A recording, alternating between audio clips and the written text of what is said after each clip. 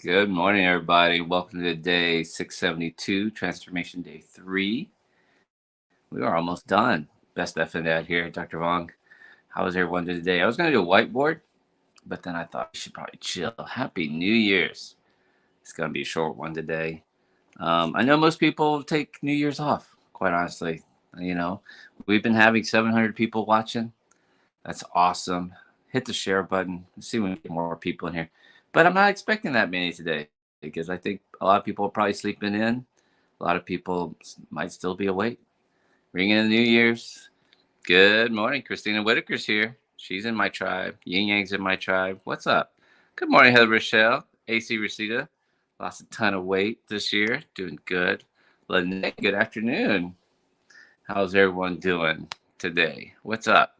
T, watching on YouTube. Awesome.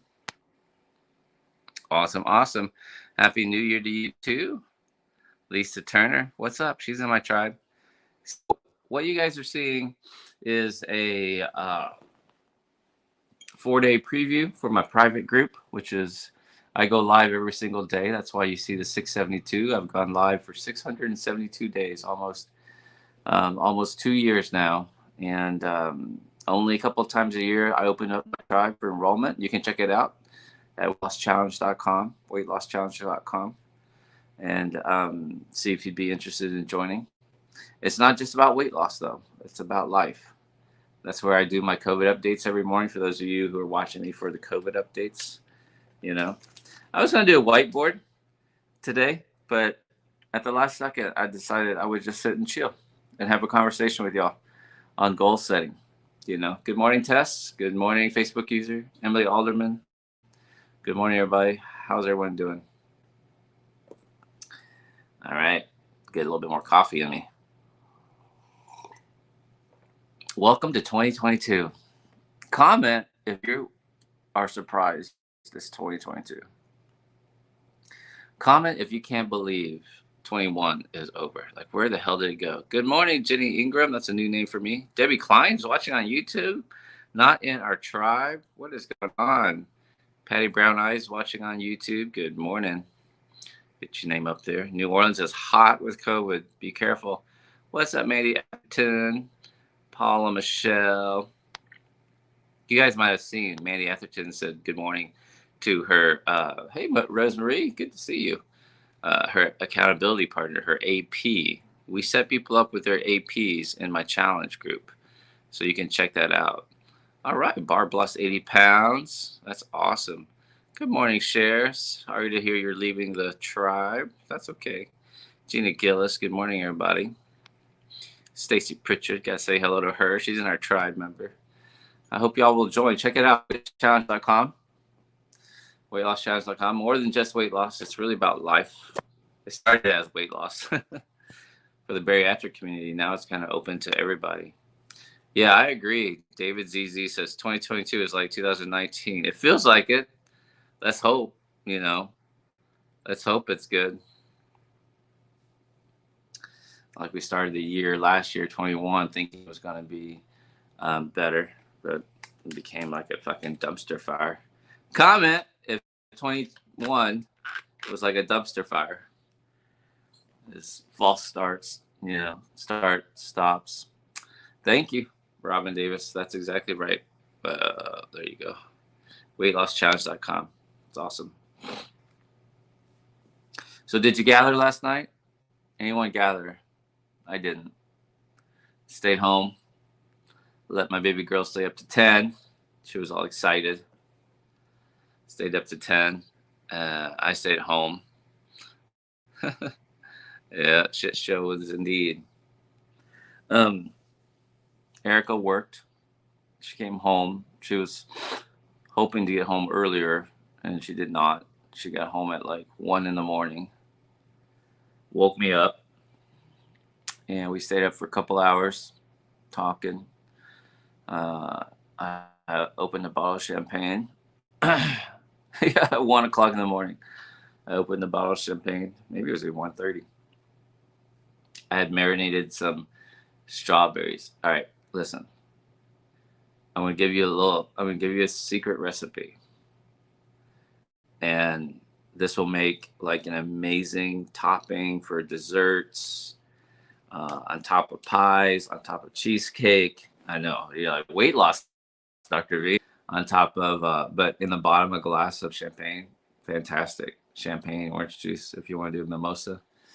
But you chop up some strawberries, get some nice strawberries, and just dice them up, small pieces. Put them into a bowl. In that bowl, add, a good handful. How many people you're using, it depends on how much you need. In that bowl, add some good balsamic vinegar,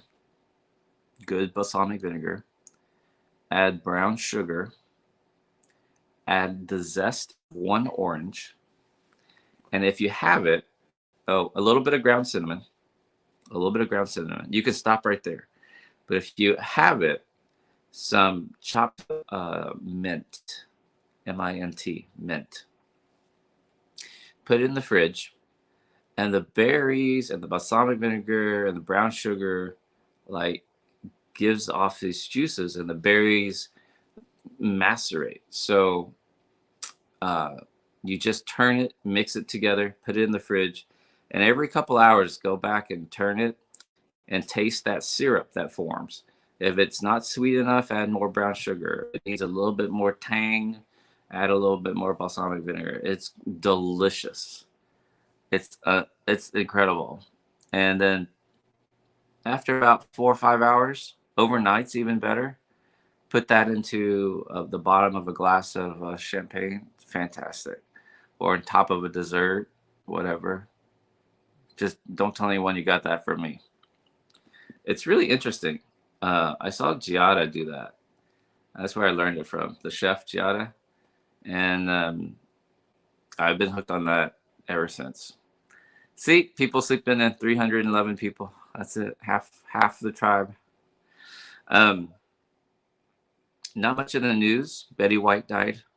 Beloved Betty White died a few weeks before her 100th birthday. We were all hoping she'd make it to 100. I don't think it was COVID related. She's just old, just old. But what a life! 99 years old, and it's kind of like a joke. Go out on New Year's Eve, but um, Biden had a phone call with Putin and said, reminded him, like, you better not invade Ukraine. I don't know what the big deal is. Maybe they will, maybe they won't. Stock market finished the year down a little bit. No big deal. Crypto's trading sideways / down. So if you want to buy on the dips, buy on sell. You guys like to buy on sell? You do that. We're going to talk about goal setting here in a second. I thought I'd be chill. And I want you to get your goals ready. Yeah, Ali Shell, totally right. Yep, Vera, here we go. There's good. Any money tips for 2022? Yep, we're going to talk about stuff like that. Thank you. That's awesome. You're welcome. Absolutely, Marcy. So, people watching on YouTube right now, I hope you join our tribe if you've enjoyed the last few days. If you enjoyed this chill talk today, I was going to do a whiteboard session on goal set. Maybe I'll do that tomorrow. But today I just kind of wanted to chill out. Now, for those of you who are in the challenge or those who are joining the challenge, when I say the challenge, that's my private paid group. That's the group I go in live every day, weightlosschallenge.com. You can go check that out. Every New Year's to Valentine's Day, I stop alcohol. No alcohol, no coffee. So this is half coffee, half decaf. And decaf is horrible for you. So I'm trying to mitigate any rebound headaches. So that's our challenge. We do a monthly challenge, and our challenge, since it's easy, I'm already doing it. No coffee, no alcohol. Now, if you don't drink coffee, don't drink alcohol, give one up. I'm giving up both. You can decide. A lot of people don't drink. But you might still be drinking sodas, or you might be drinking Crystal Light, or you might be drinking fizzy waters. Give those up. Dude, you don't need fizzy waters. Trust me. You don't need seltzers. right? Cause a lot of inflammation inside your body. So we're going to talk about goal setting today, very differently. I was going to draw out on the whiteboard and all this sort of stuff, just decided not worth it. Now, in COVID news, I'm not going to do a COVID update for my YouTube channel today. So this is an example of kind of a chill COVID thing. But I will tell you, um, you have to imagine this. Like on yesterday, I announced those Thursday's number was like 582,000 new cases of COVID. Yesterday, Friday, New Year's Eve, they still reported like 480,000 new cases. We are well over 300,000 cases a day in the United States. And yes, I know I got people watching all over the world. Australia's on fire. Something weird happening in Argentina. Europe is still going up. And it's bizarre to me. They're still, they still held these gatherings. And not only did they hold it, though, people actually attended. It's bizarre to me that if you live in America and you are in a state that COVID's going crazy, why would you go to a football game? All these football games full of people. It's like, you got to have your football game? Really? Okay. All right. Now, a couple of things I'll say is, you know, you guys know, Florida's just fucking on fire. Like, everything's happening. Like I said, the South is increasing in cases, and I think Omicron is going to go back up to the Northwest. Washington, Idaho, Montana, Colorado, those lower vaccinated states, although Colorado is pretty vaccinated in some spots. And Northern California has kind of been spared this whole time. So it's going to do that. Now, a couple of things. People keep saying Omicron's milder. New data, Dr. V, you got to keep up with your data or whatever. It's looking milder. Just remember, if you got something that's so contagious, like Omicron, maybe 3 times more contagious, and if it's 50% milder, you're still fucked. You're still going to be messed up. Now, watch this. People are like worried about pediatric hospitalizations, kids getting admitted to the hospitals. Pediatric hospital admissions are up 60% COVID. Fauci said some confusing stuff about kids are admitted with COVID, not because of COVID, and I understand what he's trying to say, but he did not explain it really well. He made it sound like it was some weird conspiracy thing, but the non-vaxxers, people, the deniers, whatever, they're twisting his words. What he was saying is that COVID is so prevalent in our communities now that kids still get sick. He's basically saying what I've been saying all along, which is that COVID is a +1 to the system. You still get appendicitis, you still have gallbladder attacks, people still have heart attacks, people still have strokes. And yes, little kids still have bicycle accidents, and little kids still have appendicitis, and they show up, and COVID is so rampant in the community that they get admitted with COVID, not because of COVID, but they have it, which is kind of saying like their symptoms are mild, maybe milder, but they're admitted with COVID. That makes sense. It totally happens. But anyway, you get the idea. So some deniers are trying to twist his words. Anyway, but hospitalizations, people are like, Dr. V, it's milder, it's okay, it's safe to go, that's why I'm vaccinated. But well, first of all, I don't want to find out for myself, like I don't want to find out. I'd rather stay safe. And hospitalizations overall in the United States are up 25%. They're up.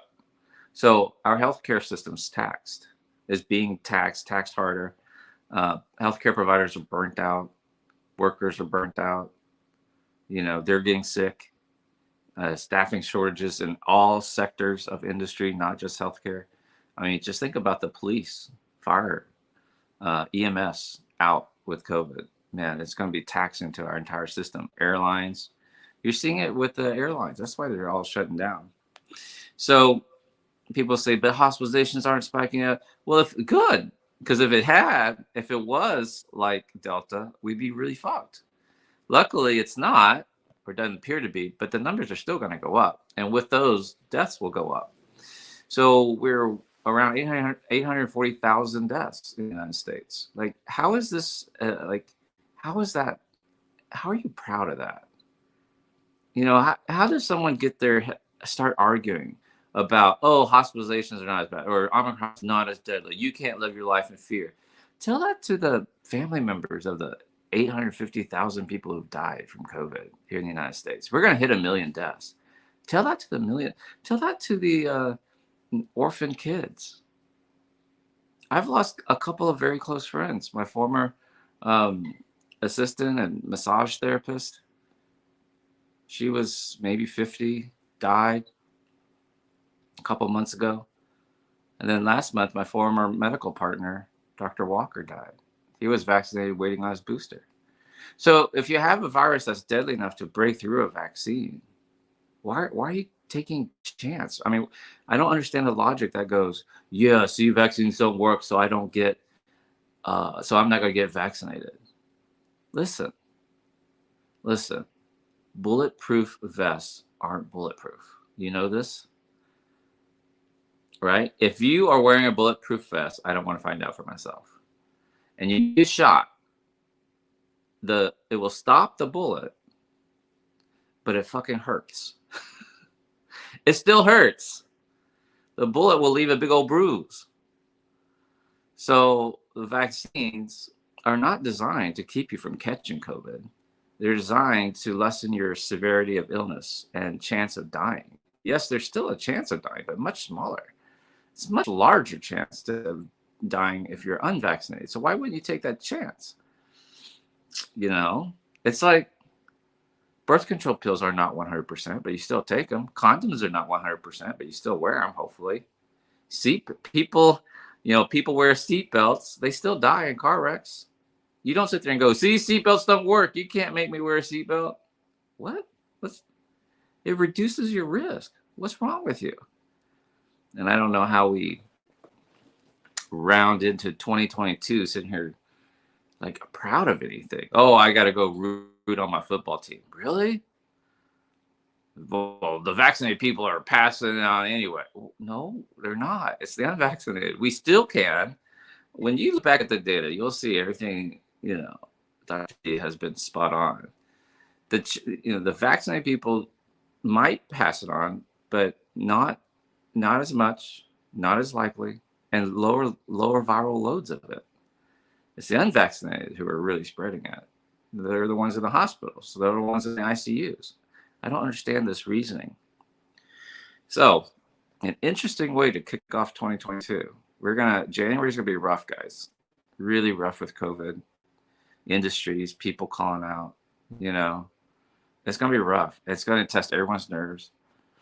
Erica looked at me yesterday. She's like, "Stop talking on your lives." One last thing. She was like, I got an email from Southwest. There's a special one-way January special. One-way flight is $129, whatever. I'm like, you can go, but I'm not going. Okay, baby, guess we're driving. Stay safe, everybody. One more month. We're going to burn through this. Hopefully, one more month will be it. I might go ahead and put that up on my YouTube channel. That was not a bad one. Comment if you thought that was an okay, pretty good COVID update.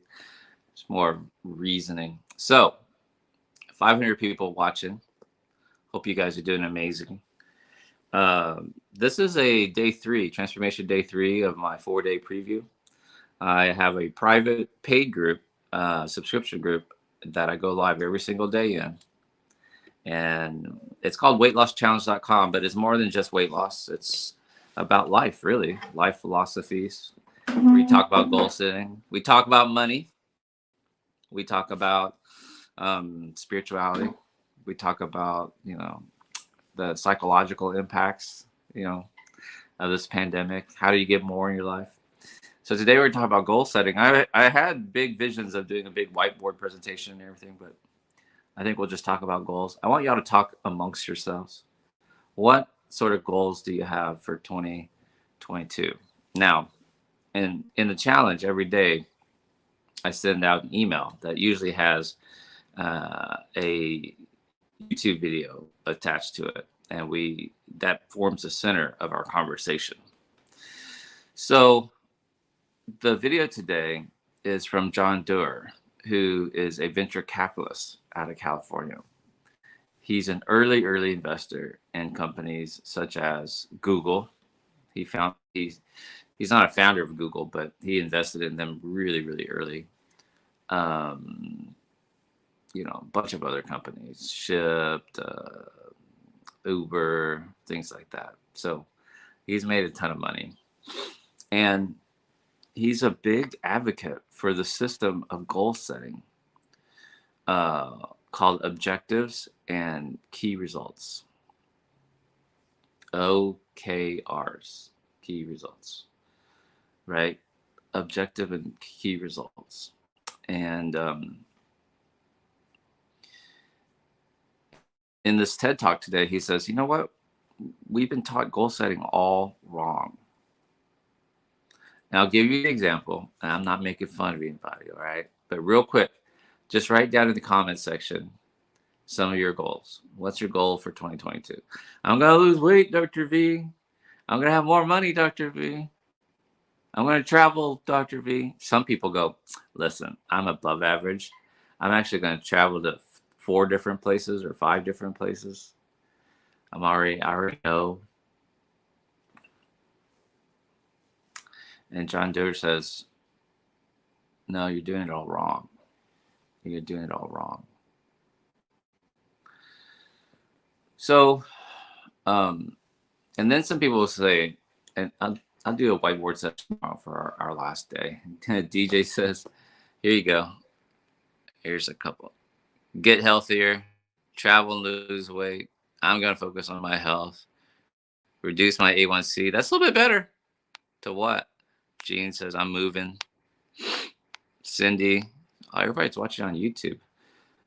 Lost some weight. That's awesome. That's awesome. B. Irvin, maintain a 40-pound weight loss. We don't have maintenance. Joe, Bev says, work on my diet right in my life story. Interesting. Rosemary, drink more water and walk. Yeah, you got to be specific.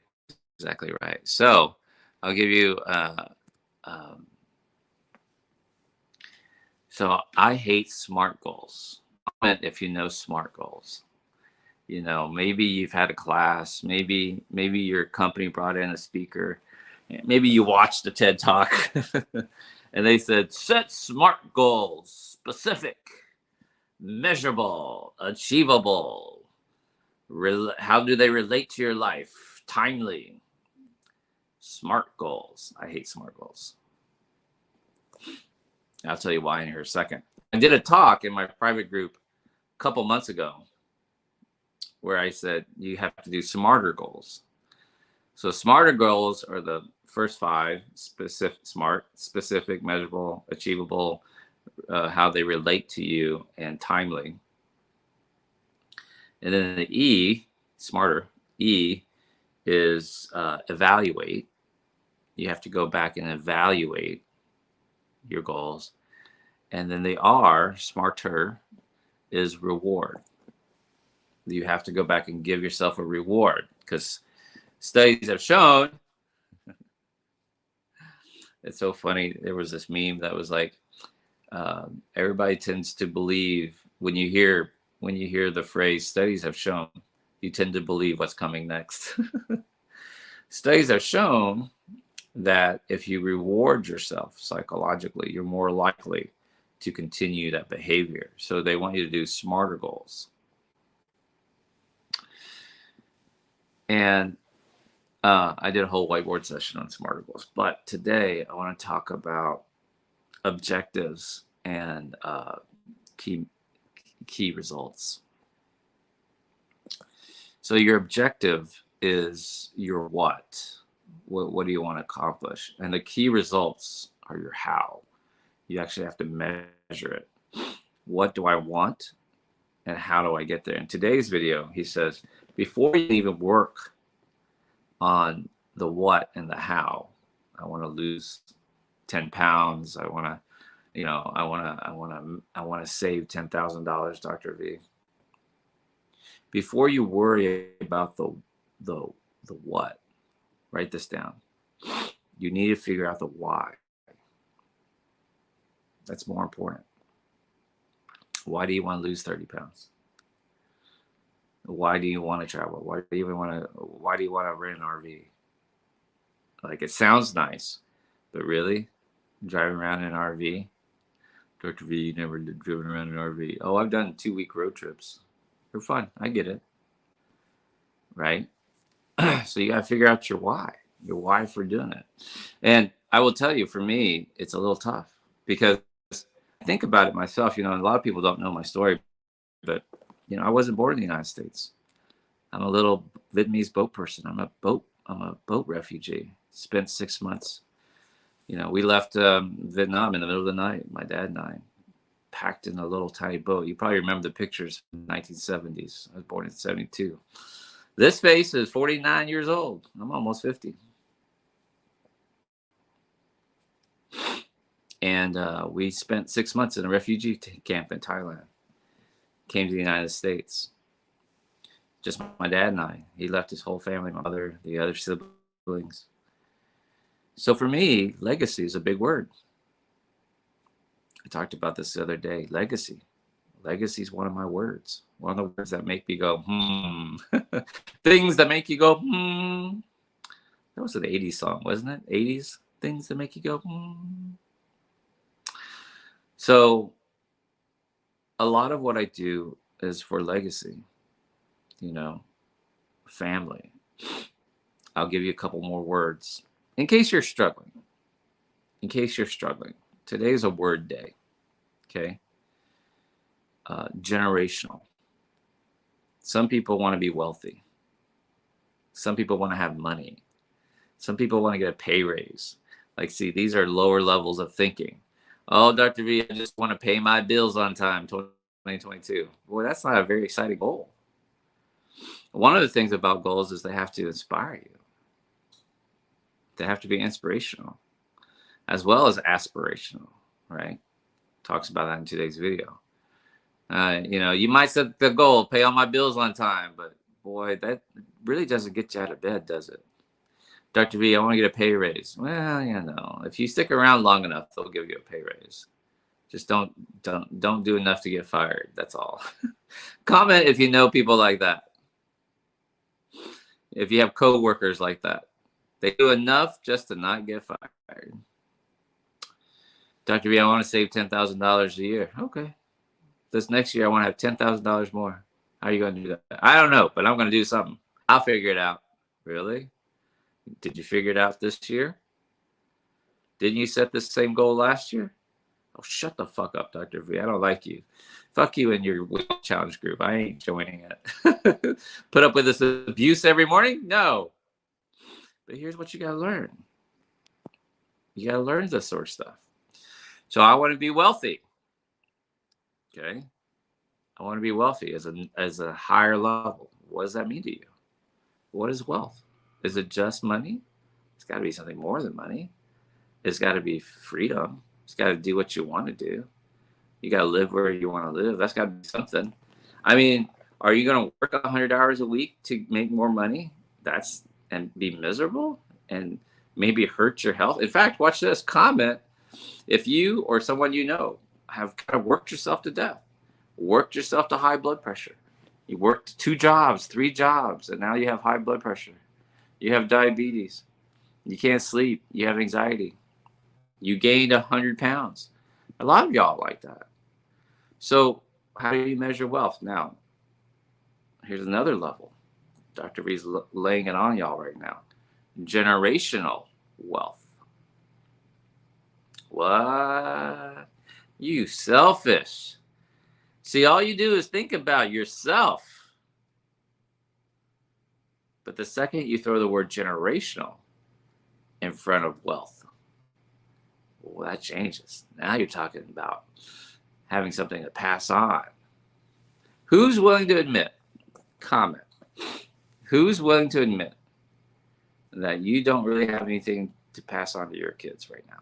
If you were to die, You would leave them a bunch of credit card bills, maybe a little 401k that has 30,000 in it, but really nothing. Really nothing. You know. So now you say generational wealth, and now you start thinking, wow, it's not just about me, right? It's about something else. Do you remember who is what's her name? Helmsley lady in New York. When she died, she left like millions to her dog, Leona Helmsley or something like that. I think she's the one who left millions of dollars to her dog. It was pretty funny. So maybe you don't have kids. Do you have a school? Do you have your church? Do you have anything to leave to your church? Or do you have a fucking just big ass pile of National Geographics? Comment if your entire living room is nothing but National Geographic magazines and old newspapers, because these are going to be worth something someday. Don't you throw these away. This is your inheritance. No, Mom. No, Dad. No, we don't want them. We don't want your junk. Leave us the money. So legacy, generational wealth. These are terms you have to think about. What's your why? Why do you want to do that? Why do you want to travel? Why do you, haven't you ever said this? Like, oh my God, I just got back from vacation. It was so hectic, and we missed our flight. I was stressed out about this. I was worried about the dogs, and I needed vacation from my vacation. It's funny the first time you say it, but at some point you get to a certain age and you kind of go, why do I need a vacation from my vacation? Okay. So before you can think of the what, the how, you have to understand your why. Your why. Okay. I have, some of y'all know, I have two daughters and two baby mamas. So my older daughter is 15 and a half, and she lives with her mom. And Erica and I have Mason, who's five and a half. They're 10 years apart. I'm 19 years older than Erica, my girlfriend. And that's okay. New family. But I was thinking, so my dad died suddenly of cancer at age of 65. One day he was healthy. 6 months later, he was on hospice. And I never finished the story. So we ended up in a refugee camp, and then we got sponsored to come to the United States. And we show up to the United States, and my dad's 36, I'm 6. And we don't know anybody, can't speak the language, don't know a stop sign from a go sign. There's no such thing as a go sign. That's why Asians are really bad drivers. And in 16 years, 16 short years, my dad retires independently wealthy from real estate. I was doing the math on it. I started the second half kindergarten, then first grade and second grade. And I was just thinking, like, when did my dad buy his first house? The house I grew up in. I thought to myself, I think I moved there my second grade year. In other words, my dad, 36 years old, couldn't speak English, didn't know anybody, came to America, and in roughly 2.5 years buys his first home. How does he do that? Can't read? Have you ever bought a house? The stack of paperwork you've got to sign is this thick. The idea you got to go get a loan, all this sort of stuff. I was thinking to myself, my dad did that in 2.5 years. Bought his first house. And then he started buying little houses. He'd fix them up with any loose money he had. Then he realized, like, I need some money, extra money, to fix up these houses. And so he starts mowing. He worked in a plant, And boy, they used to pay him $18 an hour for overtime. And he was like, wow, back then that was a lot of money. It was early 80s, right? It seemed like a lot of money. $18 an hour. Holy crap, what a great job. Overtime. I think regular pay was something like, I don't know, $14 an hour. Still pretty crazy. And then he goes, I still need more money because I only, and he told me when I was older, he said, if I had 25 cents, I would go buy a couple of screws and hang some sheetrock. Whatever money I had left over at the end of the week, that's what I did. And then he goes, he started mowing lawns because he needed the extra money. Not to spend on purses and shoes and jewelry and watches and fucking Game Boys and Nintendos. No. He used the extra money to buy lumber and supplies and tools. And one by one, he rehabbed these houses. 16 years later, he retires, independently wealthy. He made roughly my dad had a 5th grade Vietnamese education. And the last time I kind of talked to him, he made about $20,000 a month. All his houses were free and clear. So he just paid property taxes, insurance, that sort of stuff. But there's no mortgage on any of his homes. He ended up having around 30 homes.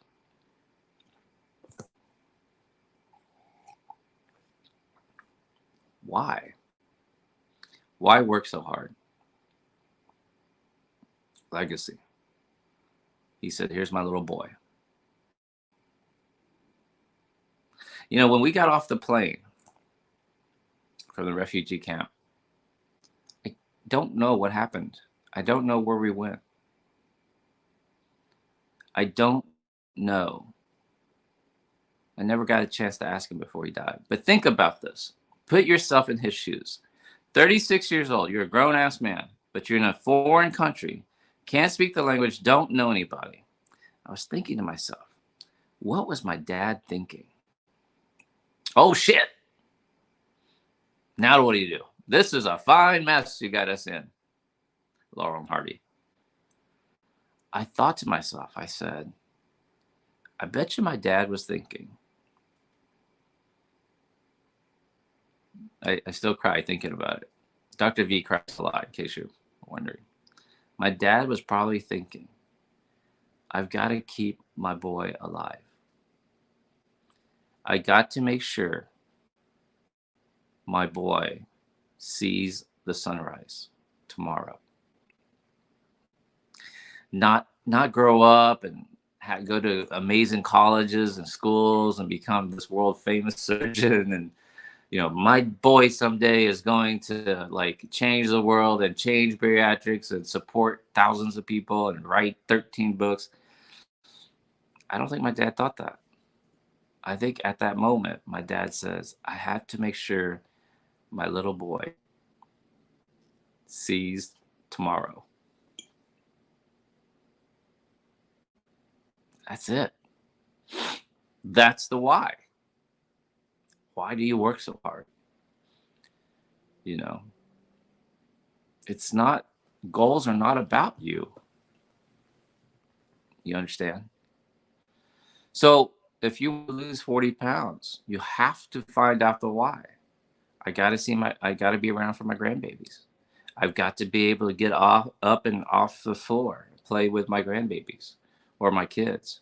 Or I cannot have another year where they call the ambulance and rush me to the hospital because my blood sugars are 800. I can't be in diabetic coma. Why? Maybe you don't have kids. Maybe you don't have any grandbabies. So what's your why? Dr. V, I want to save $25,000. Why? Does this make sense? So while you're waiting, you're writing your goals. And here's your challenge. Everybody watching me, there's 532 of y'all watching me on all the different platforms. I want you to write down your goals today, January 1st, your goals for 2022. But focus on the why. Why do you want this? Why do you do this? Dr. V, some people watching me are 300, 350 pounds, 400 pounds. Dr. V, I just want to be able to, not not be out of breath walking a block down the road. Dr. V, sometimes we talk about this. Dr. V, I want to be able to wipe my own ass. I can't reach around. I can't reach back. I can't stand up off the toilet. I can't do this, can't do that. I mean, sometimes it's bad. I get it. Because if your why is not strong, let me tell you, dude, that cookie's tempting. That whole bag of Oreos, that whole Girl Scout cookies, their fuckers are coming around again here soon. Fucking Girl Scout cookies. Coming around. Be here before you Valentine's Day. I'm going to tell you something right now. You might be on a diet, but I guarantee you 110%, your significant other is programmed.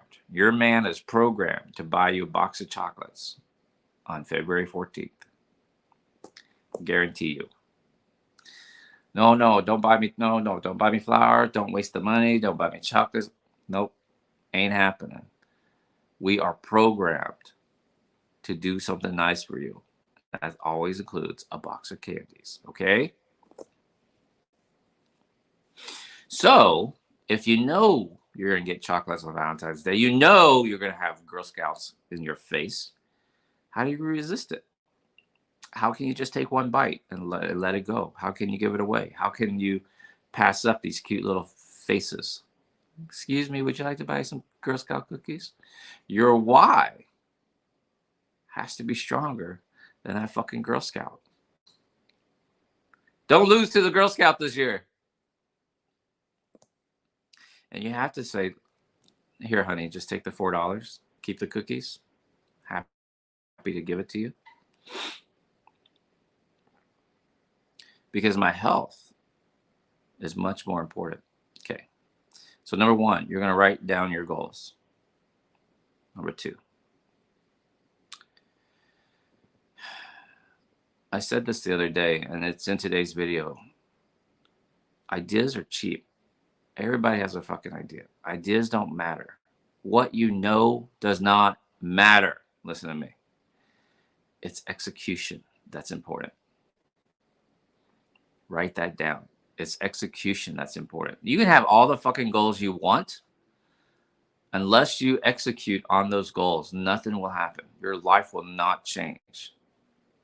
That's the how. Those are the key metrics, the measure, the key results. So let's say you want to save $10,000. Let's make it easier. You want to save $365. That's $1 a day. See what I'm saying? Now that's the metric. That's the key result. It's what you measure. Did you save $1 that day? Yes or no? You want to write a book, and the book is 300 pages. Make the math easy. You have to write a page a day. So the key result is, did you write a page today? Yes or no? So write this down. Here's another tip for you. Life is binary. I don't care what they're telling y'all. These days it's a little confusing. But life is binary. Yes or no. Did you do it? Did you not do it? Did you save the dollar? Did you not save the dollar? Did you write a page? Did you not write the page? Did you meditate today? Did you not? Did you go for a walk or did you not? I don't want to hear your excuses. Oh, but Dr. V, you don't understand. I had it hard. This happened. Yeah, I was going to. All these fuckers. Gone to. I was going to, but this happened. Then my mom got sick. Oh, you blaming on your mom? Then my kids got on drugs. You blaming on your kids? My boss. You blaming on your boss? See, life does not care. You should write that down. Life does not care. Did you do it or did you not do it? Yes, no, 1 or 0. This computer code, 1 or 0. Binary switches, on, off. Yes, no. Did you kiss someone at midnight or did you not? Did you have the baby? Did you abort the baby? Yes or no? No one cares. The politics behind it, the reasons. Did you take the medicine? Did you not? Did you go for the walk or did you not? So, the key results. So, ideas are cheap. What you know is not important. The only thing that matters is execution. So, how do you execute on your goals? You have to have the key metrics, the measurable, the key results. And so, here's your homework. You write down your goals. Dr. V's fucking right.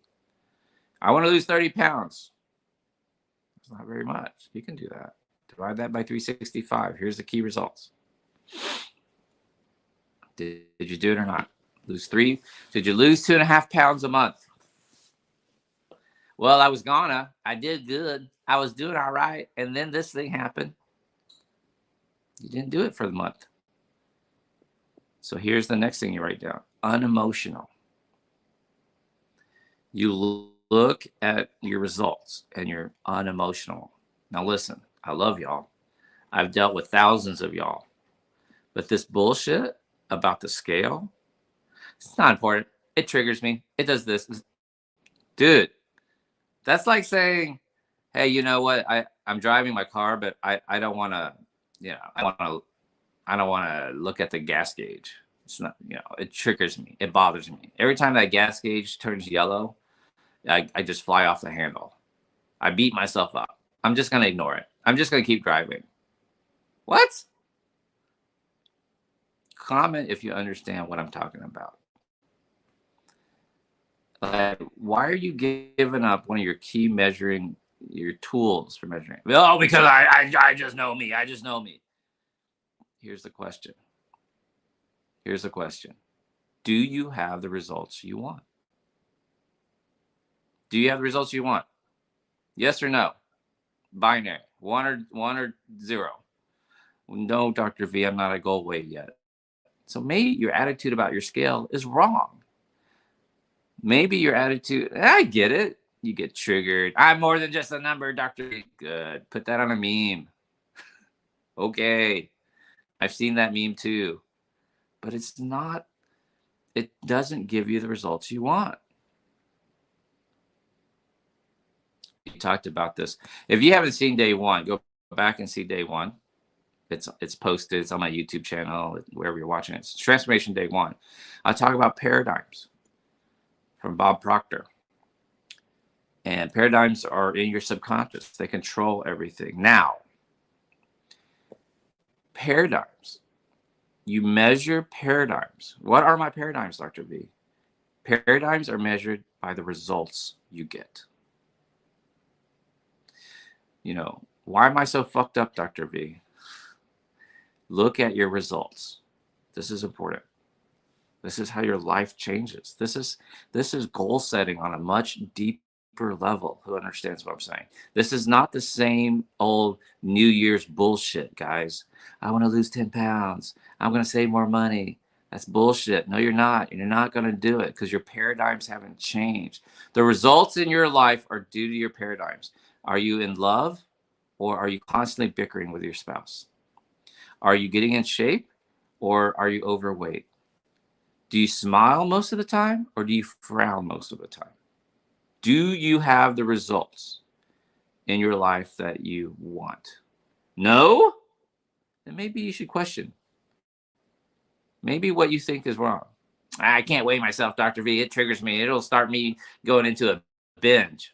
The scale, this inanimate object that has no influence over you whatsoever. It's the one that's making you go have a binge. Okay. See what I'm saying? I was doing so good until my mom got cancer. You're blaming this on your mom's cancer. Okay. Really? So it's the execution. Ideas are cheap. Knowledge doesn't matter. What you know doesn't matter. It's execution. Now, okay, I get it, Dr. V. How do I get execution? How do I do it? Here's the answer. Write this down. You need systems. So top one, you have goals. Draw down an arrow. I should have whiteboarded this, huh? Execution. Right, another arrow below that. Systems. Everything is about your motherfucking systems. My dad started mowing yards in addition to his job, saved all that money, bought houses, bought tools, bought supplies. Every waking hour, that's what he did. He worked on his motherfucking rental house. If he watched television, he watched This Old House.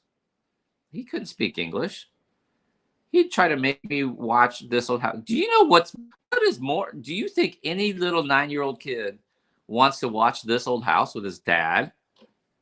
No, I wanted to go play with my little Hot Wheels car. I wanted to go outside. He said, "Hey, Duck, tell me what are they saying? What do they say? What are they doing here?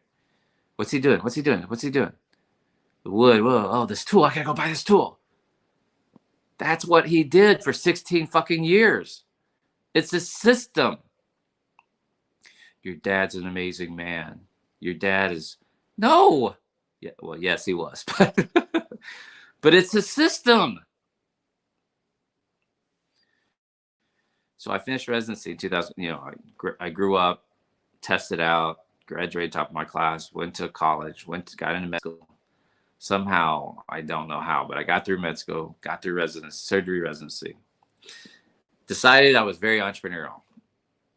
I was not going to be a doctor like other doctors. I was not going to depend on medicine for my money.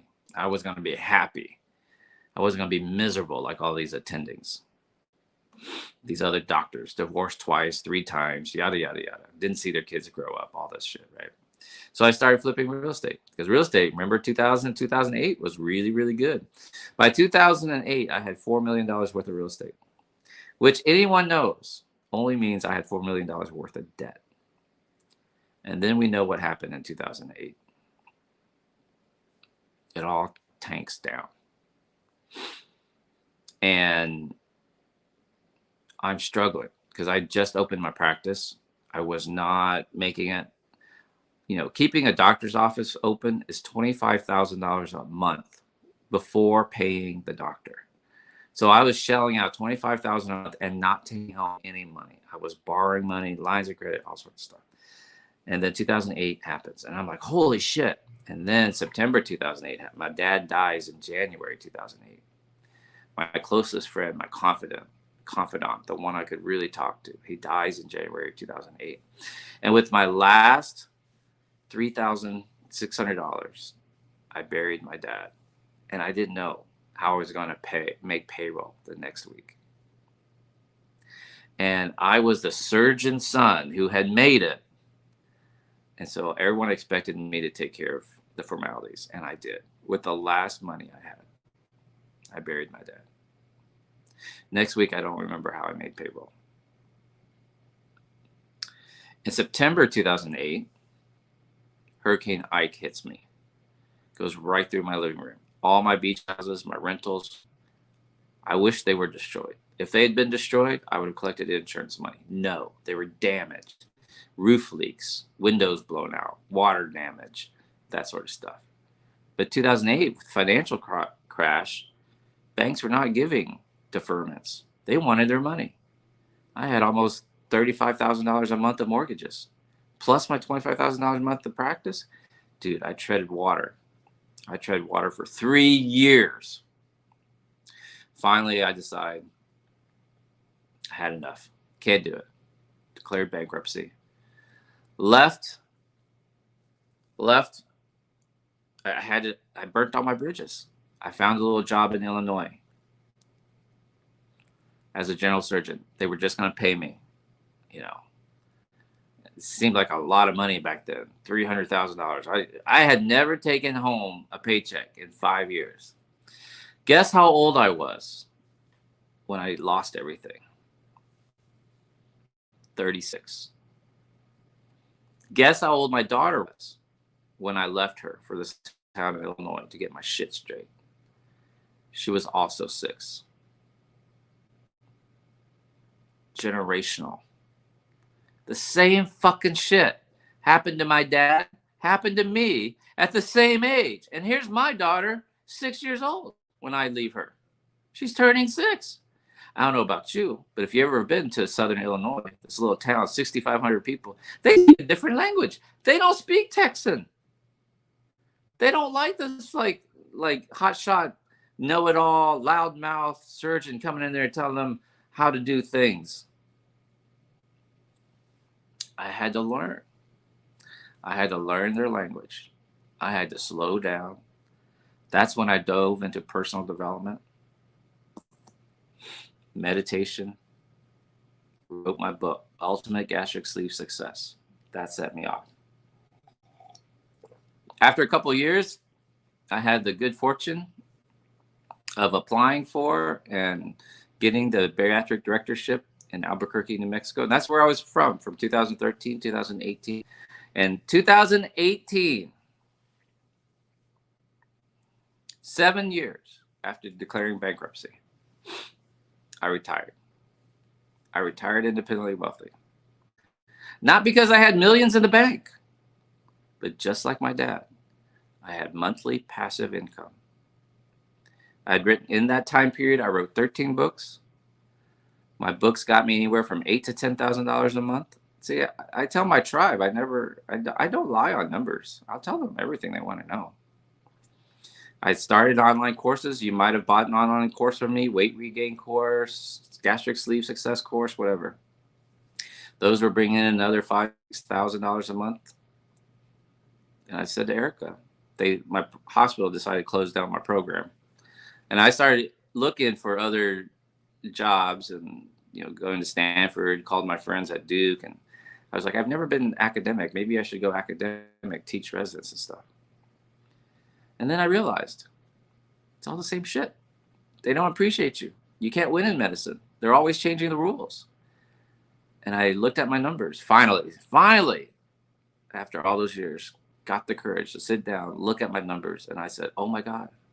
I said, Erica, if we don't really go crazy spending a lot of money, I don't have to work. Dr. Vaughn, I'm not like you. You're special. You're smart. You're so damn cute. Thank you. But I'm telling y'all, write this down. It was my systems. I decided, I wasn't fucking around with real estate anymore. I was going to become the #1 bariatric surgeon in the world. And then I was like, no, there were better surgeons than me. I was going to become a master of the gastric sleeve, which I did. And then I realized, I was like, man, there's no one providing the psychological, emotional support for these bariatric patients. So I was like, I'm going to be the #1 surgeon for the support. I called myself the support surgeon. And I woke up early. I meditated. I did journaling, gratitude journaling. I told my boss when he hired me, I said, boss, I'm going to be the first one in the hospital and the last one to leave. And goddamn if I wasn't. Started going up early, started earlier times. I was like, the usual start time was like 8 o'clock. And I was like, can I start earlier? Yeah, if you want to. 7 o'clock. I was like, fuck yeah. Started my cases earlier. There were days when my office manager was, she had a report due the next day or whatever. And she was in the office until 7:30, 8 o'clock. And I stayed in my motherfucking office pushing paper clips around just so she would not see me leave. And she comes and knocked on my door. Dr. V, are you going home soon? I was like, oh, I'm finishing up this email. I was like, why are you here? Oh, I have this report due. I was like, are you leaving anytime soon? She goes, I'll probably be here all night. I'm like, God damn it. Sneak out the back way. And then I didn't go home. Listen to me. I did not go home. I did not take off my shoes. I did not let the girls out. The girls pow, pop the bra. Oh, the best moment. I went to a restaurant. I opened my laptop. I ordered my food. While they were preparing my food, I wrote on my next book or created my next online course. Then I went home after I ate and I wrapped up emails. I reread what I wrote every single fucking day. Saturday, I did not sleep in on Saturday. I used to sleep in all the time. Dr. V is a big procrastinator. I am very lazy. I woke up 5 a.m. every single day. I'm retired for 3 years, and I still wake up like 6 o'clock, 6:30. And I had my systems in place. Got up, meditated, journaled, worked on my book, watched the self-help thing, learned about systems, learned about Facebook, learned about, online courses, learned about how to put t-shirt designs, start selling t-shirt stores. I did that for 5 years while being a bariatric surgeon. People forget this shit. I was a full-time director of bariatrics, operating surgeon, 70 hours a week, and I have 8 months during that same time period, 5 years. That is systems. You understand what I'm saying? It's not because I'm special. It's not because I'm driven. It's not because I'm fucking lazy. I am telling y'all, I am so lazy. Doctor, know thyself. I know myself. I am fucking lazy. I can outdrink most people. I can stay up all night and ramble on and on. I can talk about myself. I can make friends with, I know myself. There are no strangers in my life. Everybody I meet is a friend. I have one of those personalities. I'm outgoing. These are things you have to know about yourself. But at the end of the day, it's the systems. I put systems in place in my OR. When I first got there was so much chaos in my hospital. The turnover time between cases was an hour and a half. When I left, I got that down to 15 minutes. 15 minutes between OR cases. They could not believe it. All the anesthesiologists wanted to work with me. All the hospital staff wanted to work with me. The nurses on the floor loved my patients because they were prepared. Not only did I do surgery, I led group 3 times a week. Not only did I lead groups 3 times a week, once a month, we had a special session where we all gathered. We did clothing swaps. We had clothing exchange. And in addition to that, we had a dinner club where I met with local restaurant owners, and I created special menus for my patients, small servings, usually 4 courses with one pairing, $40. 40, 50 people, we'd sell out in 10 minutes. You see what I'm saying? It's systems. Dr. V, that sounds horrible. Horribly boring. Tip number, next one. Goals. See, average people think like this. If I don't hit my goal, I'll be unhappy. If I set this goal and I don't hit it, then I'm unhappy. If I do hit it, then I get to celebrate. Yay. Fuck that shit. No. Listen to me. No. I am happy regardless. Write that down. I am happy in the pursuit. I am happy going after my dreams. I am happy in the moment. You can't, it's possible for you to be happy. I don't weigh myself. Why not? I don't like the number on the scale. Change it. It has nothing to do with a fucking scale. I don't check my bank accounts. Why not? I don't like what's in it. Change it. It's not the bank account that's the problem. You're the fucking problem. You know what you weigh? You know how much money's in the bank account? You're better off. Trust me. I used to ignore my bank account. It's embarrassing. Creditors calling. I had 11 properties when the hurricane hit. So people were crying over their one roof. I had 11 properties, 55 doors.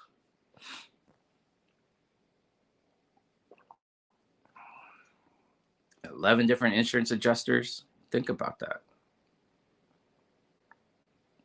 It's me. It's me. I was the problem. I was the problem. And just like Jesus, I had to go away for a few years. I always laugh about that. Jesus was what, 33, right? He went out into the desert for 3 years, came back 33 years old, I think. I went away to Illinois for a couple of years, came back, got my shit together.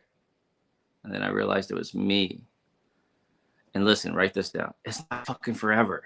Guys, 5 years. I hammered it for 5 years. Of course I missed out on Bitcoin. I learned about Bitcoin in 2015. I was like, nope, I am, the world's number one surgeon, bariatric surgeon. I'm not diverging. So I missed out on that. I can't fucking play golf.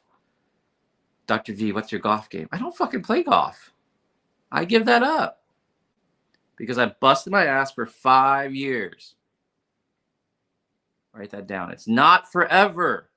You don't have to do it forever.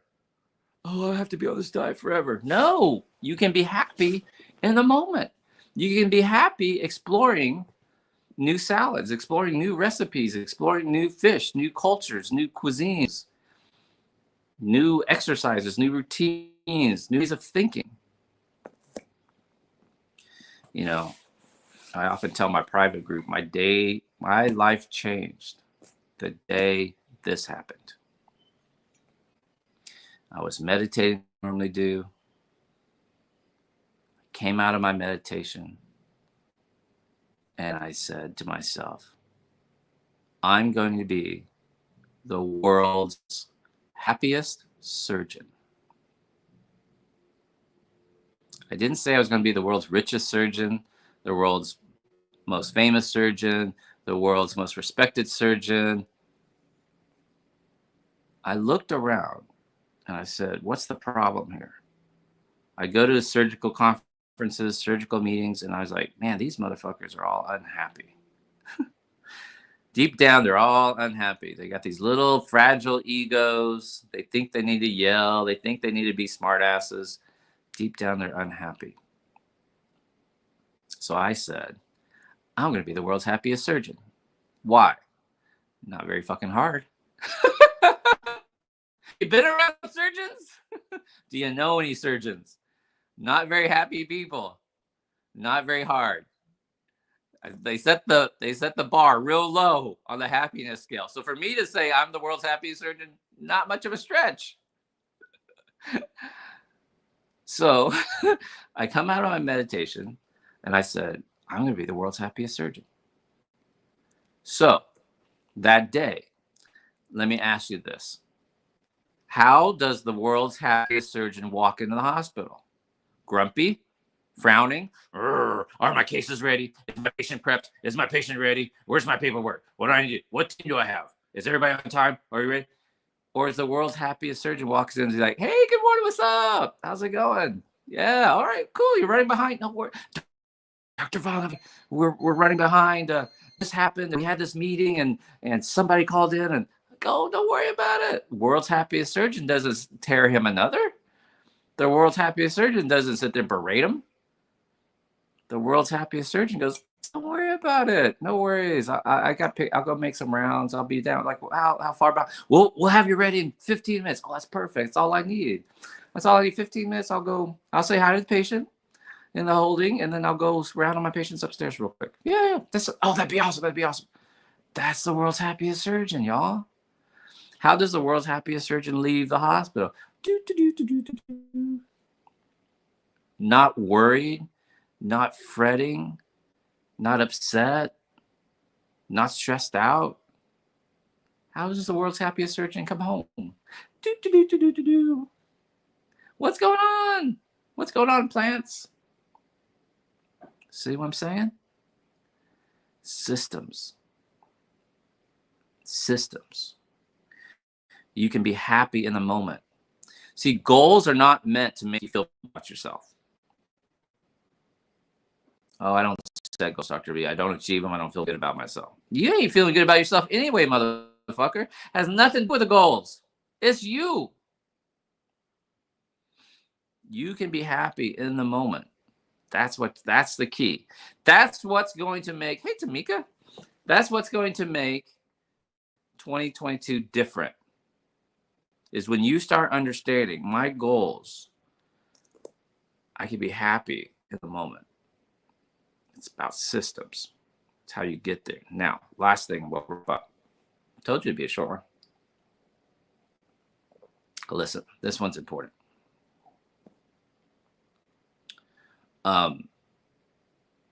Measure, write this down. Measure the gain, not the gap. I think this was in that book, Atomic Habits. Has anyone read Atomic Habits?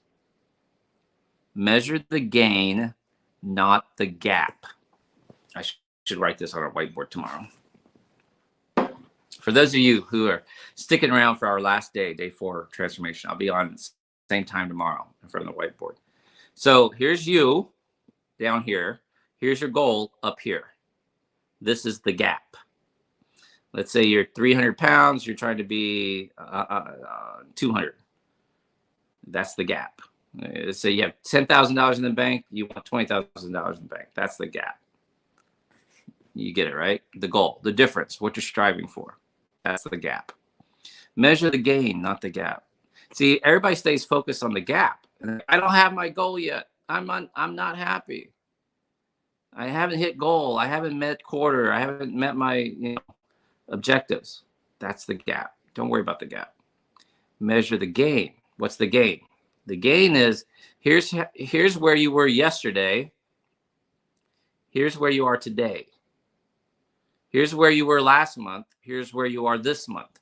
Last month, you had $1,000 in the bank. This month, you have $1,100 in the bank. That's the gain. So what you're doing is you're comparing yourself to who you were.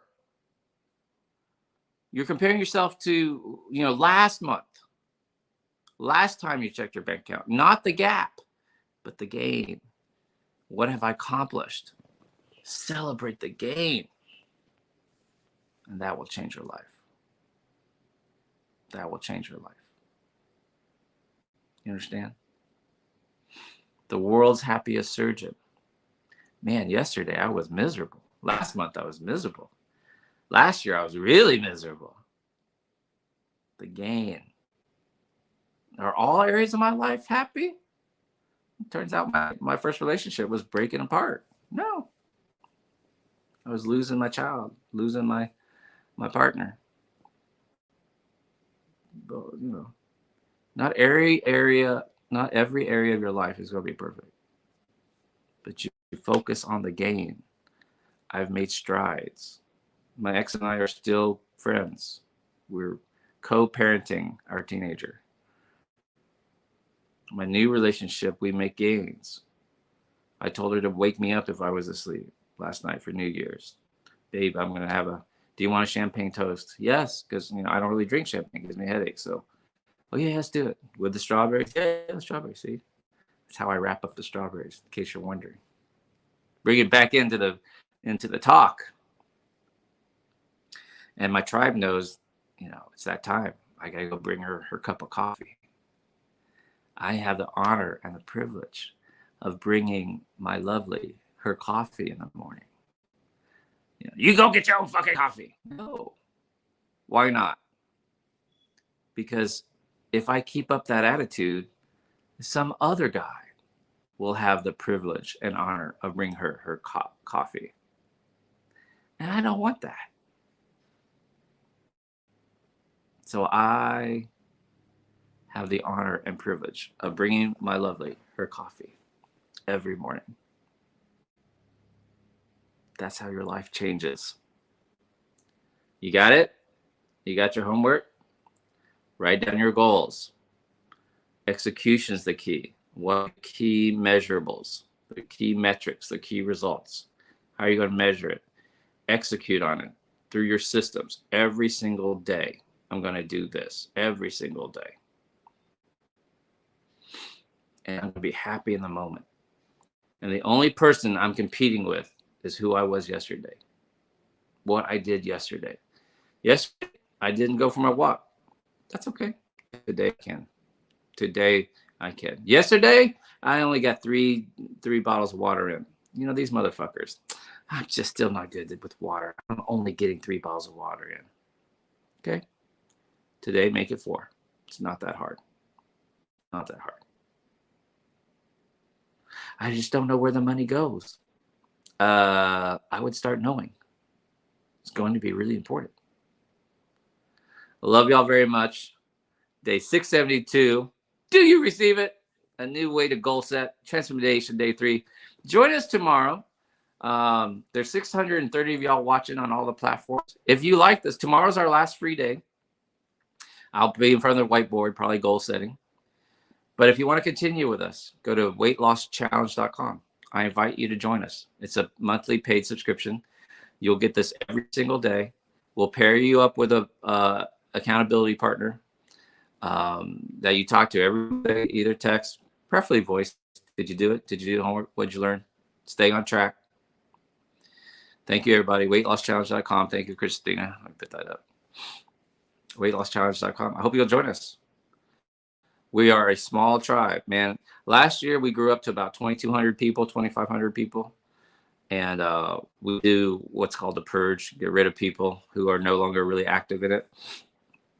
We're down to our 300. We are it's like the movie, 300 strong. I only open up the challenge every a couple times a year. So I'll do it this year, maybe next month. And then, I don't know, maybe again sometime in the fall. That's about it. I don't like the drama. Don't like the money. Don't like the drama. Okay. But if you think you can be cool, first of all, first rule of Fight Club, we don't talk about Fight Club. First rule is you got to be cool. You got to be you want to train to change. If you don't want to change, we don't want you in the tribe. If you think that $47 a month is not worth it, don't come. We ain't begging anybody. You just know that if you go, you'll have a very close-knit 300 people who love to support each other, very kind, very considerate. Yeah. And join us, weightlosschallenge.com, and join our private group. Otherwise, I'll see you tomorrow. If you're not going to do it, that's fine. I'll see you tomorrow, same time. Talk more about goal setting. Love y'all very much. Have a great, amazing New Year's. It's January 1st, 2022, bitches. 1122. Today is 1122 in all parts of the world, even if you're European. Right, Sally? Even in Australia, it's 1122. Not writing it backwards. And that's cool. 1122. Love y'all. Have an amazing day. Peace out. Bye, guys.